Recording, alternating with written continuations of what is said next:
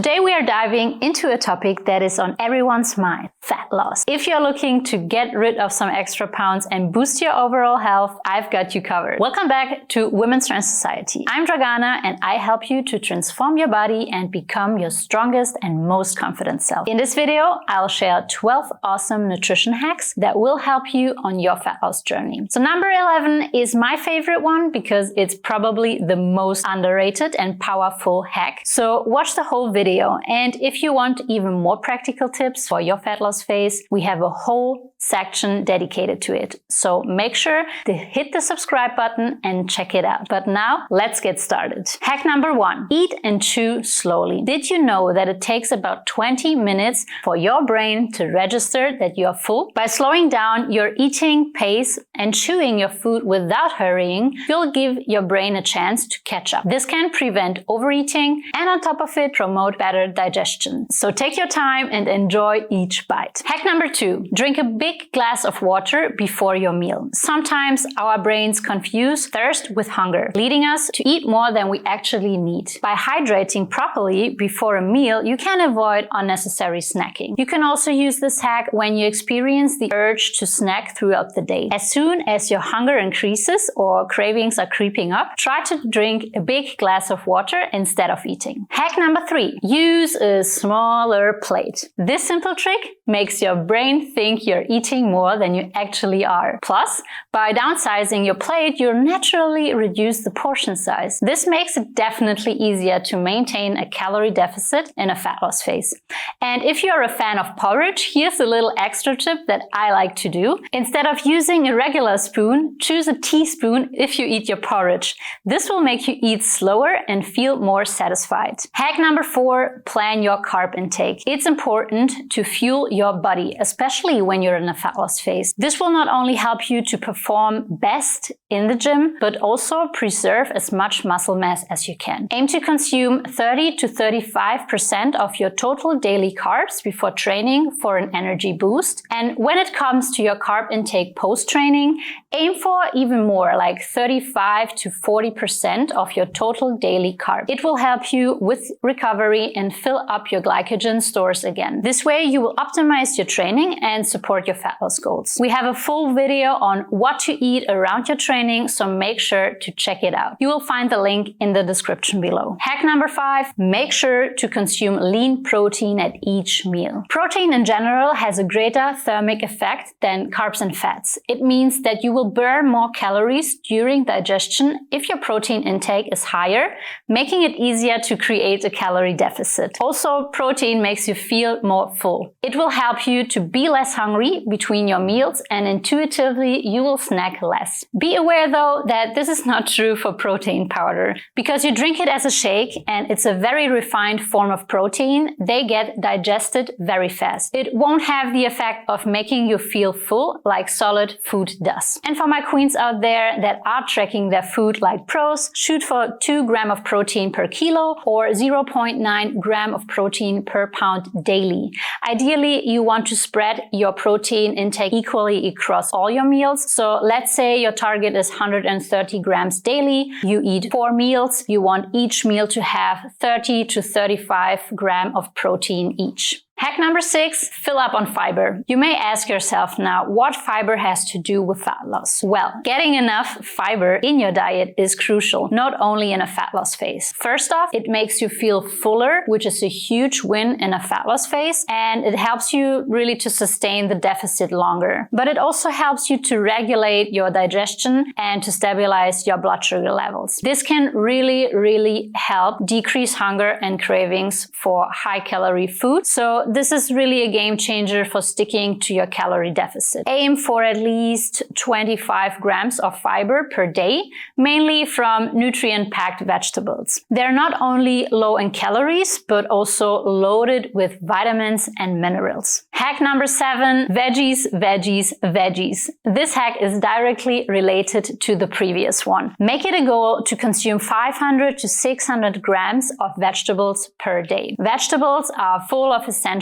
nutrients and fiber, which make them a perfect addition to your diet. Try to incorporate a variety of veggies into each of your savory meals. Eating more veggies helps you to get leaner for 2 reasons. 1, they give you a lot of volume for very few calories. So eating more veggies helps you decrease hunger while sticking to a deficit. But also it helps you to stay healthier overall. This impacts like everything from your performance to your recovery, but also your hormones and nervous system. Improving all of those improves your body composition while everything else stays the same. Hack number 8, take a walk. Walking is a very simple yet very effective way to lower your hunger levels and reduce stress. When you go for a walk, you are not only burning calories, but you are also distracting yourself from food. So grab your sneakers, step outside, and enjoy the benefits of this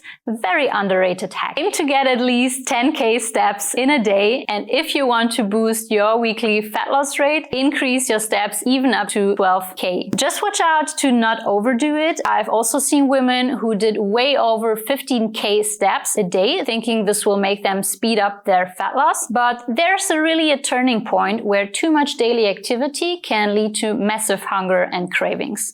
So try things out and see what works best for you. My personal recommendation lies somewhere between 10 and 15K steps a day. Hack number 9, stay busy. Keeping yourself occupied throughout the day can really help you to take away the focus from food.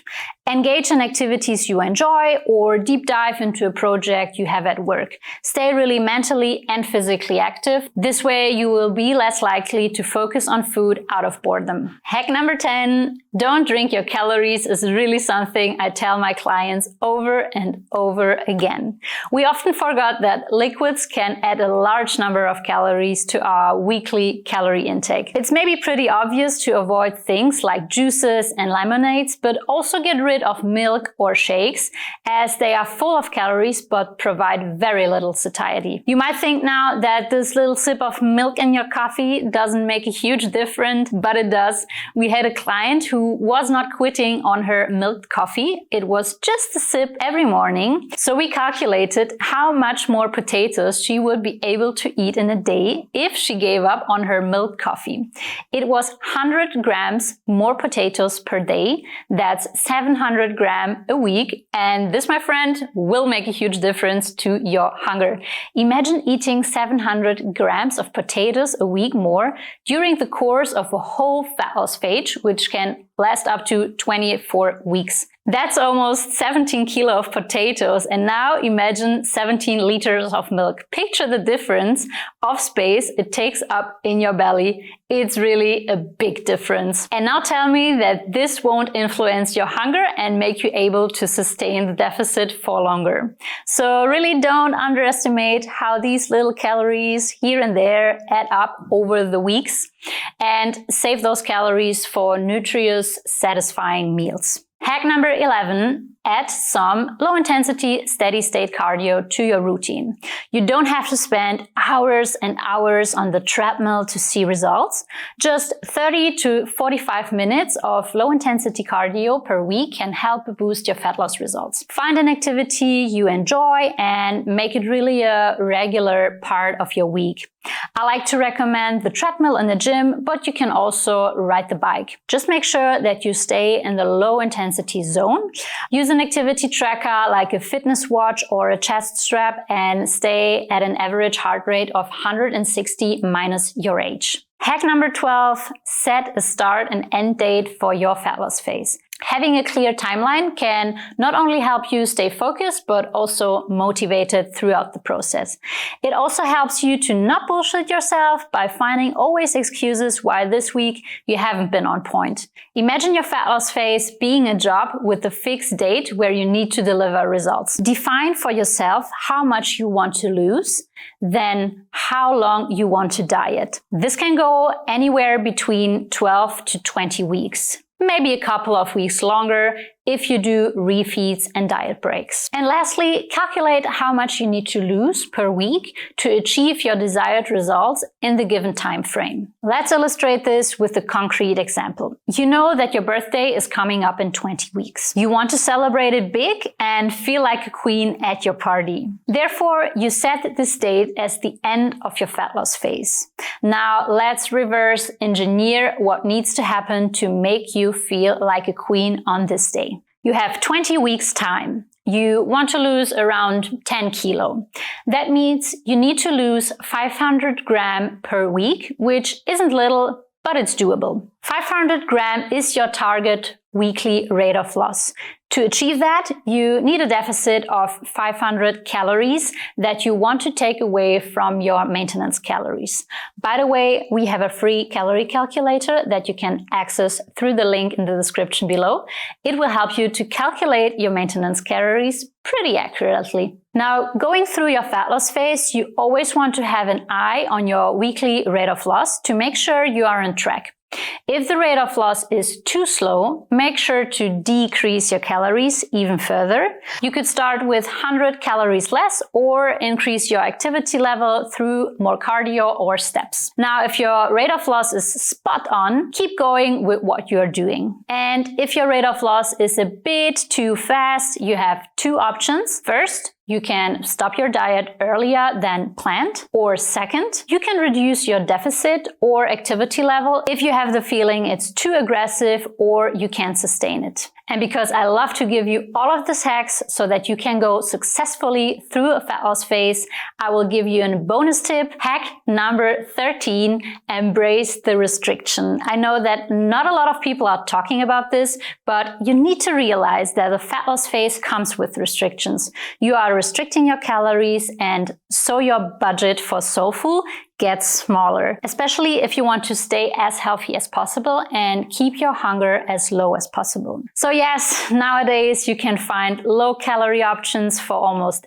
everything, but sometimes it's a smarter move to not eat the chocolate or to not try to make a healthier or cleaner version of a pizza. I mean, who really likes cauliflower pizza or zucchini brownies anyways? It's just not the same. And also, don't underestimate that eating high palatable foods can make it harder to go through a diet. That's why I like to make my meals taste pretty boring going through a fat loss phase, and I also eat the same stuff over and over and over again. It automatically makes me crave less fun foods. And I always like to remind myself that I'm not in a fat loss phase forever. You have set yourself a start and an end date, so why not just quit on some foods while you go through your fat loss phase?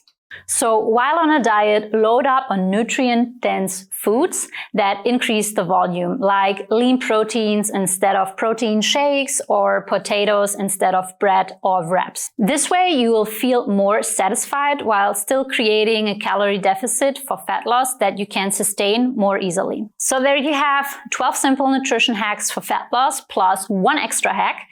Incorporate these tips into your daily routine, stay consistent, and watch your body change. And remember, it's all about making small, sustainable changes that lead to big results over time. That's why I recommend you to choose one of those hacks and start to put it in place for the next week.